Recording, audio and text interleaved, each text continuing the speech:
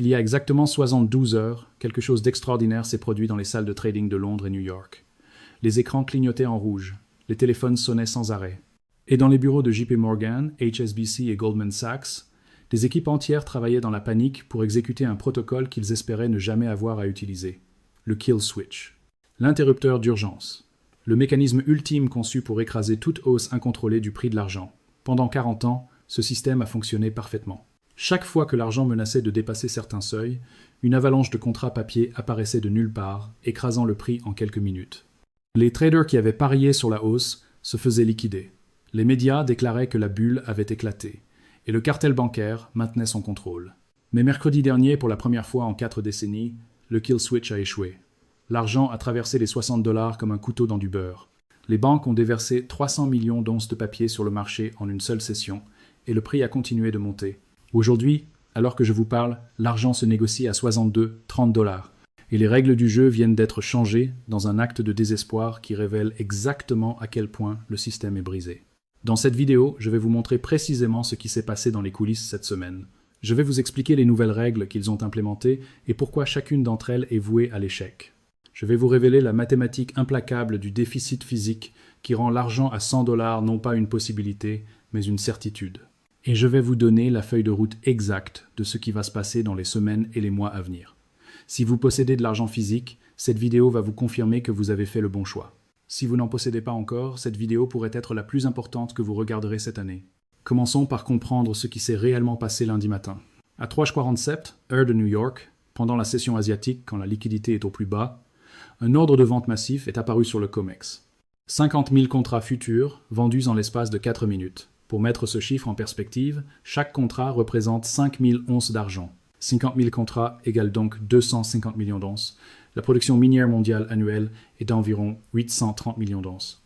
En 4 minutes, quelqu'un a vendu l'équivalent de 4 mois de production minière mondiale. Ce n'était pas un investisseur qui liquidait une position. C'était une attaque coordonnée, précisément chronométrée pour maximiser l'impact psychologique. Ils ont choisi le moment où le moins de participants étaient présents, où les carnets d'ordre étaient les plus minces, où chaque contrat vendu aurait le maximum d'effet sur le prix. Dans le passé, cette tactique fonctionnait à merveille. En 2011, quand l'argent a approché les 50 $, une attaque similaire a fait chuter le prix de 35% en quelques jours. En 2020, pendant la frénésie Reddit, la même tactique a stoppé le rallye net. Mais lundi, quelque chose de différent s'est produit. Le prix a chuté de 20 $ dans les premières secondes. Les algorithmes de trading ont déclenché des stop-loss en cascade. Tout se passait comme prévu pour les manipulateurs. Puis le prix a rebondi.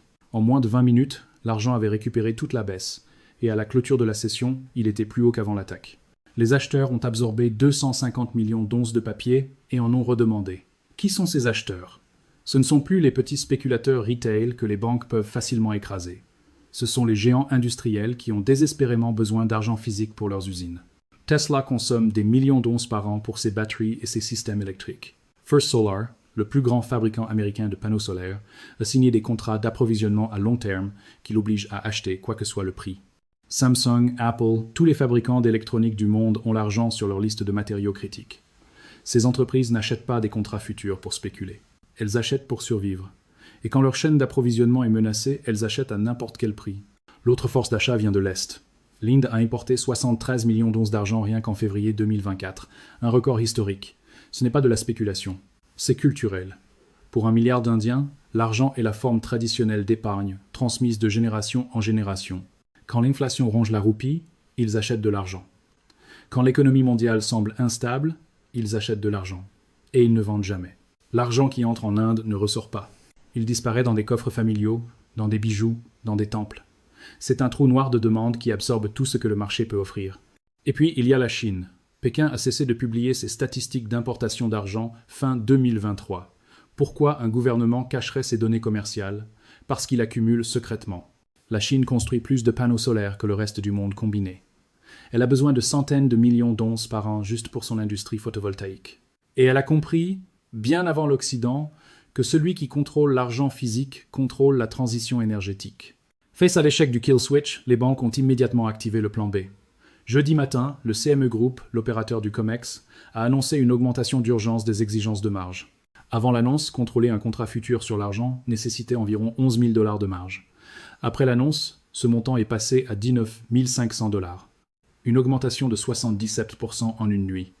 L'objectif est transparent, forcer les petits traders à liquider leurs positions. Si vous aviez 100 000 $ et contrôliez 9 contrats hier, aujourd'hui vous ne pouvez en contrôler que 5. Vous devez vendre les 4 autres immédiatement. Multipliez cela par des milliers de traders et vous obtenez une vague de vente forcée qui fait chuter le prix. Cette tactique est vieille comme le monde. En 1980, quand les frères Hunt ont tenté de cornériser le marché de l'argent, le COMEX a augmenté les marges à 100% et interdit les nouveaux achats.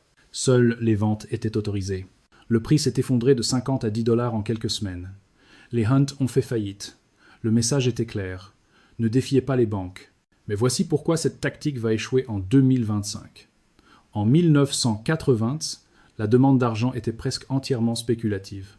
Il n'y avait pas d'industrie solaire consommant 230 millions d'onces par an. Il n'y avait pas de véhicules électriques nécessitant 50 grammes d'argent chacun. Il n'y avait pas de smartphones, de serveurs de données, d'éoliennes.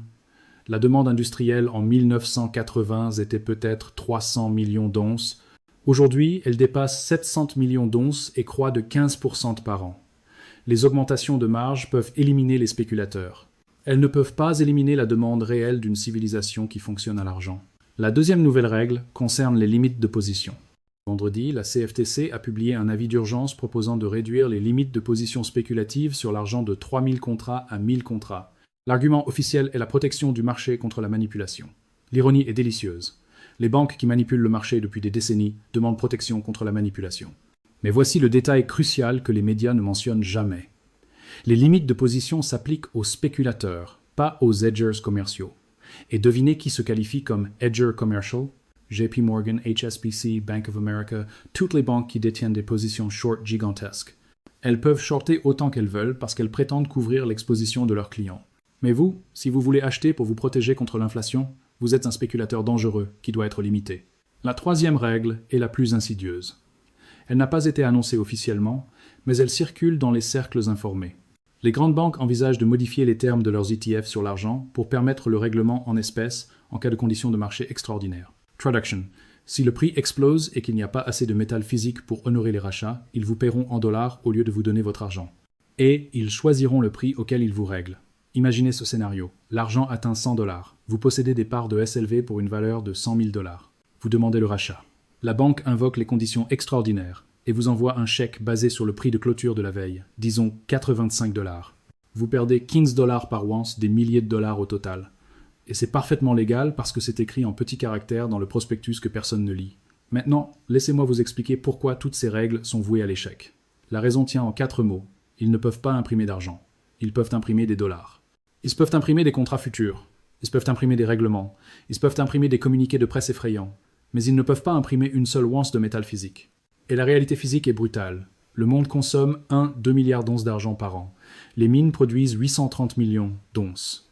Le recyclage fournit environ 180 millions d'onces. Même en additionnant tout, il manque près de 200 millions d'onces chaque année. Ce déficit est comblé en puisant dans les stocks existants. Les stocks de la LBMA à Londres ont chuté de 50% depuis 2021. Les stocks enregistrés du COMEX sont à leur plus bas historique. Le tampon qui permettait aux banques de manipuler le prix est presque épuisé. Quand il sera complètement vide, aucune règle au monde ne pourra empêcher le prix de trouver son niveau d'équilibre réel. Voici la feuille de route vers les 100 $ basée sur les dynamiques actuelles du marché.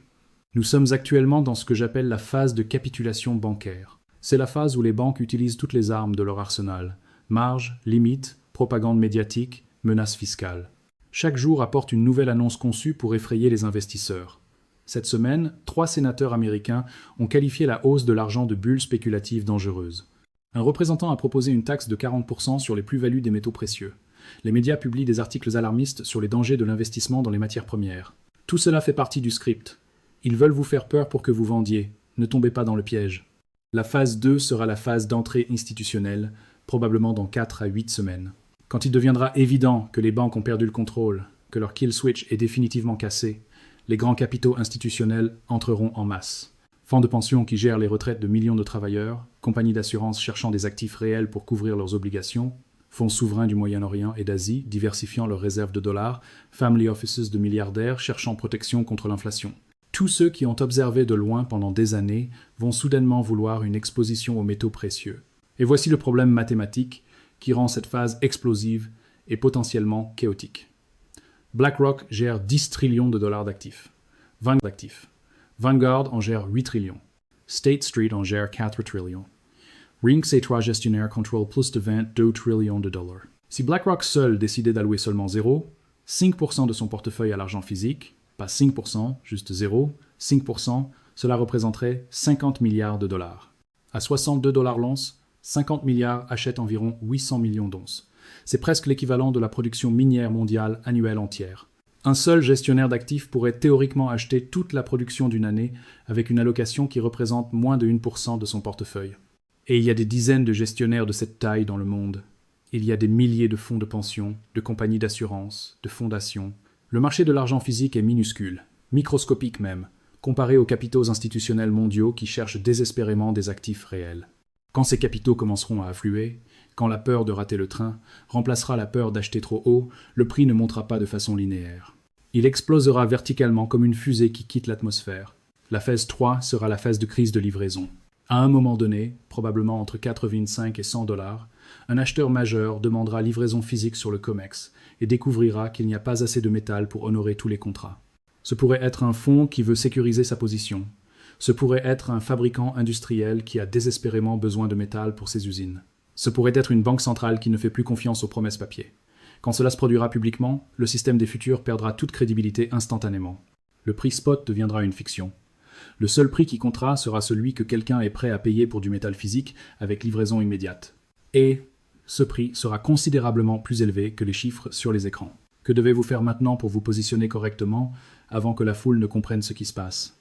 Premièrement, si vous possédez de l'argent papier sous quelque forme que ce soit, ETF comme SLV ou SIVR, contrat futur sur le COMEX, compte non alloué chez un courtier ou une banque, convertissez-le en métal physique aussi vite que possible.